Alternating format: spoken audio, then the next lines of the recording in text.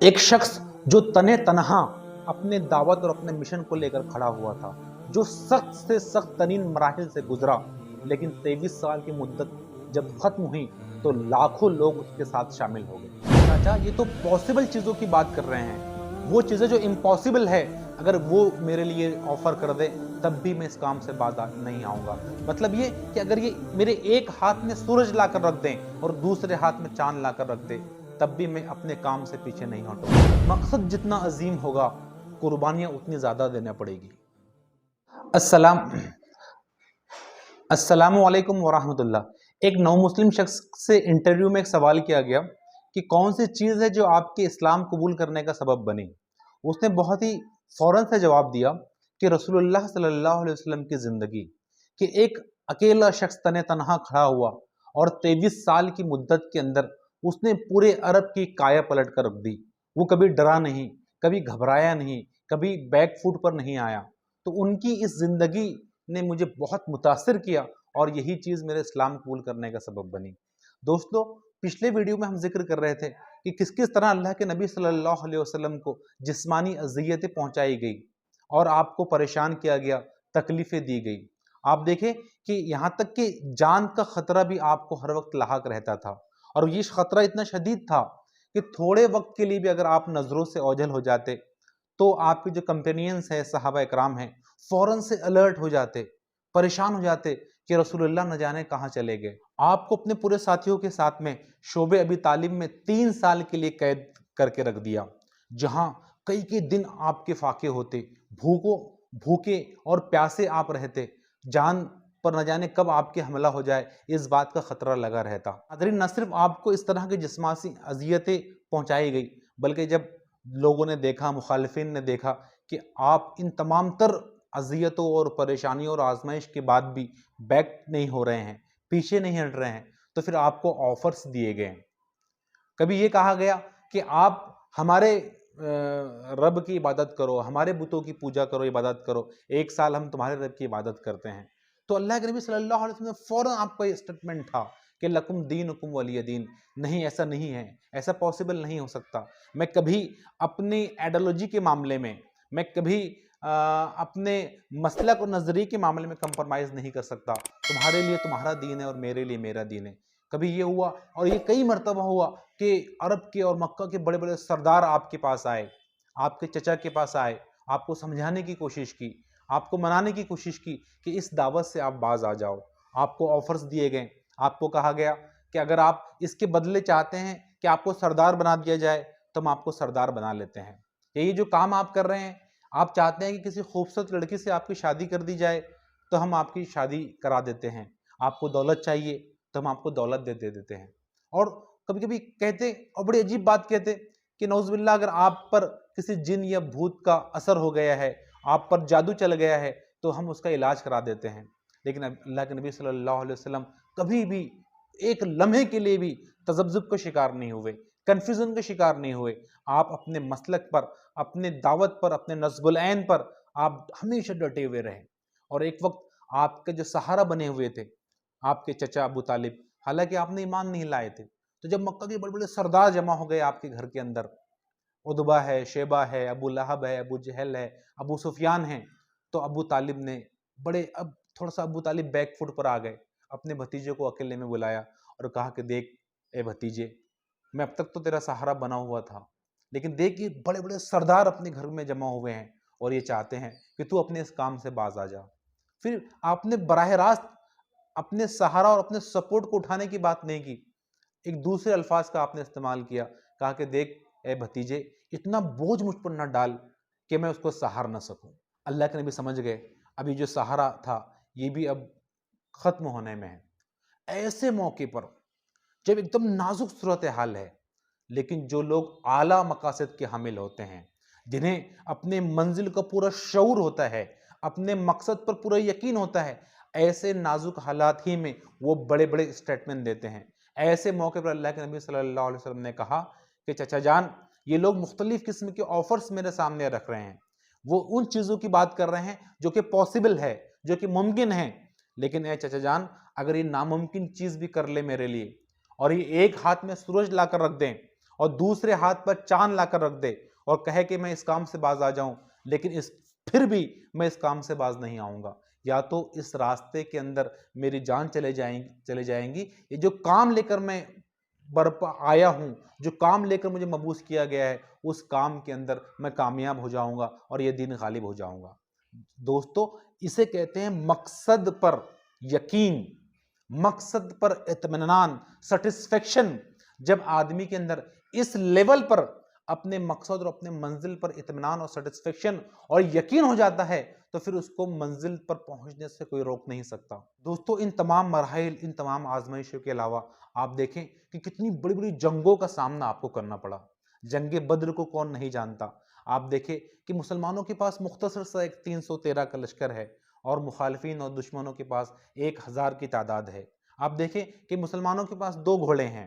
اور دشمنوں کے پاس 100 گھوڑے ہیں۔ ادھر 100 اونٹ ہے تو ادھر 170 اونٹ ہے۔ ان کے پاس نہ کے برابر تلواریں ہیں اور ان کے پاس تلواریں، نیزے، بھالے سب کچھ ہے، لیکن اس کے باوجود بھی ایک لمحے کے لیے اللہ کے نبی صلی اللہ علیہ وسلم پر گھبراہٹ طاری نہیں ہوتی ہے، خوف اور اندیشوں کا شکار آپ نہیں ہوتے ہیں اور آپ اس جنگ کو جیت جاتے ہیں۔ آپ دیکھیں کہ احد کا معاملہ آپ دیکھ لیں کہ مسلمانوں کی تعداد 1000 ہے، مخالفین کی تعداد 3000 ہے تقریباً، لیکن آپ دیکھتے ہیں اور ایسے نازک موقع پر، عین جنگ کے موقع پر 300 منافقین دھوکہ دے دیتے ہیں، غداری کر دیتے ہیں۔ کتنا نازک یہ مرحلہ تھا کہ عین جنگ کا موقع ہے اور 1000 کے مقابلے میں 3000 ہے اور ان 1000 میں سے بھی 300 لوگ چھوڑ کر چلے گئے، لیکن اللہ کے نبی کے قدم میں، آپ کی ہمت میں، آپ کے عزم میں اور آپ کے حوصلے میں رتی برابر بھی آپ فرق نہیں پائیں گے۔ جنگ احزاب کا معاملہ آپ دیکھ لیں، ایسی نازک تھی۔ حزب کے معنی ہوتے ہیں لشکر کے۔ اس جنگ کو احزاب اس لیے کہا جاتا ہے کہ کئی لشکر ایک ساتھ اسلام کا صفایا کرنے کے لیے آ گئے تھے۔ اتنی نازک صورتحال تھی کہ کھانا ختم ہو چکا تھا، ماؤں کے سینوں سے دودھ سوکھ چکا تھا، بچے بلک بلک کر رو رہے تھے، لیٹرین کو جانے کے لیے حالات سازگار نہیں تھے۔ ایسے وقت میں جب ٹنل اور خندق کھودی جا رہی تھی اور ایک پتھر نہیں ٹوٹ رہا تھا تو اللہ کے نبی کو بلایا گیا۔ آپ نے اس پتھر پر زب لگائی، اس پر کلہاڑی چلائی تو ایک چمک نکلی، تو آپ نے کہا کہ روم فتح ہو گیا۔ دوسری ضرب لگائی تو آپ نے کہا کہ ایران فتح ہو گیا، شام فتح ہو گیا۔ بڑے بڑے ملک کی فتح ہونے کی بات آپ نے کی۔ آپ دیکھیں کہ اگر آج کا کوئی آدمی ہوتا تو کہتا ہے کہ یہ دیوانگی کی باتیں ہیں، نعوذ باللہ، یہ کوئی جنون والی باتیں ہیں، کہ جہاں حالات اتنے نازک ہے کہ ایسا لگے گا کہ مسلمانوں کو صفحے ہستی سے مٹا دیا جانا ہے، لیکن ایک ان کا جو لیڈر ہے، ان کا جو قائد ہے، وہ بڑے بڑے ملکوں کی فتح ہونے کی بات کر رہا ہے۔ جب مقصد میں اور گول اور ٹارگٹ میں کلیئرٹی ہوتی ہے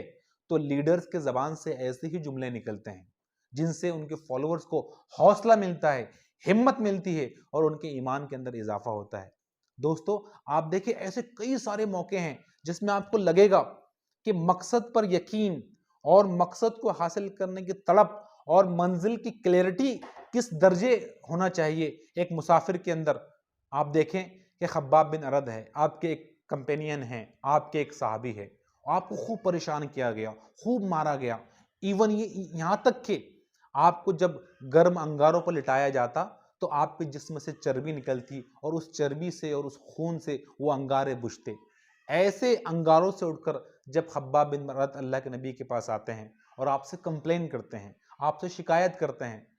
کہ اب دعا کرے، اب برداشت نہیں ہوتا،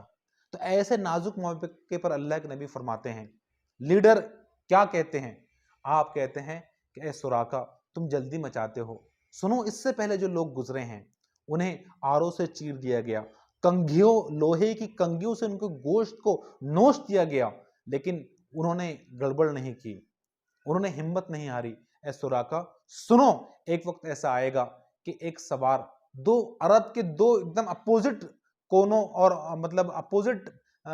علاقوں کا آپ نے ذکر کیا۔ آپ نے کہا کہ ایک عورت سنا سے لے کر حضر موت تک تنہا سونا اچھالتی ہوئی چلی جائے گی، لیکن اسے سوائے اللہ کے کسی اور کا خوف نہیں ہوگا۔ یعنی آج جو قافلے لوٹ لیے جاتے ہیں، آج جو یہ گنڈا گردی ہوتی ہے، کوئی قافلے محفوظ نہیں ہے، لیکن ایسا نظام اور ایسا امن اور شانتی آنے والی ہے کہ ایک عورت بھی اگر سونا اچھالتی ہوئی گزر جائے گی تو اللہ کے علاوہ اس کو کسی اور کا خوف نہیں ہوگا، اس کو ڈر نہیں ہوگا۔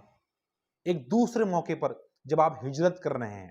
آپ کے بچتے بچاتے چھپتے چھپاتے آپ نکل رہے ہیں، مکہ کے اندر آپ کے ایک طرح سے آج کی زبان میں ہم کہیں کہ موسٹ وانٹڈ کے پوسٹر لگ چکے ہیں، آپ کو گرفتار کرنے یا نعوذ باللہ قتل کرنے کے اوپر 100 سرخ اونٹوں کا انعام رکھا گیا ہے۔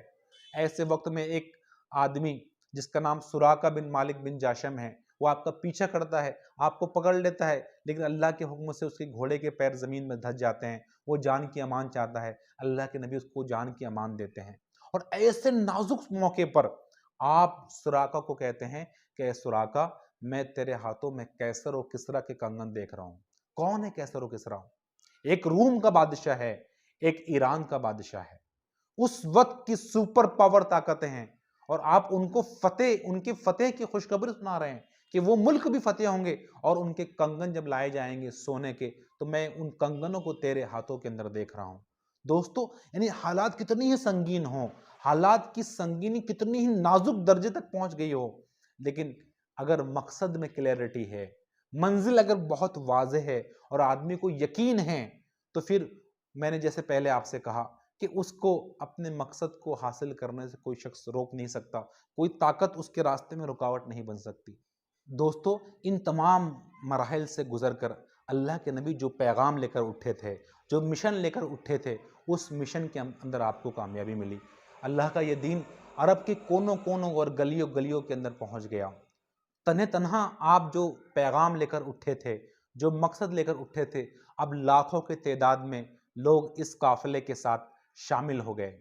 اور بالآخر مکہ فتح بھی ہو گیا۔ دوستو، جو بات آپ لوگوں سے کرنی ہے، اس پورے جو میں نے واقعات آپ کو سنائے ہیں، اس میں نے آپ سے یہ بات میں آپ کو کہنا چاہتا تھا کہ مقصد جتنا عظیم ہوگا، قربانیاں اتنی زیادہ دینا پڑے گی۔ دوستو، چھوٹا مقصد ہو یا کتنا ہی بڑا مقصد ہو، اس کو حاصل کرنے کے لیے قربانیاں دینا پڑتی ہے، جدوجہد کرنا پڑتی ہے، اپنے آپ کو لگانا پڑتا ہے، اپنے آپ کو کھپانا پڑتا ہے۔ یہ ایک بڑا ایک پیغام ہے اللہ کے نبی صلی اللہ علیہ وسلم کی سیرت میں ہمارے لیے، کہ ہم جو بھی ایک اچھا ایک پازیٹیو مقصد طے کریں، ایک اچھا مطلب ایک معروف کے راستے کے اندر ہم کوئی چیز طے کریں، کوئی ہماری منزل ہو، کوئی ہمارا ٹارگٹ ہو، تو اسے حاصل کرنے کے لیے ہمیں اپنے آپ کو لگانا ہے، اپنے آپ کو کھپانا ہے، قربانیاں دینا پڑے گی، ہمیں اپنے کمفرٹ زون سے باہر نکلنا پڑے گا، تو انشاءاللہ منزل ہم کو بھی حاصل ہوگی، مقصد تک ہم بھی پہنچیں گے، کامیابی ہم کو بھی نصیب ہوگی۔ شکریہ، جزاک اللہ۔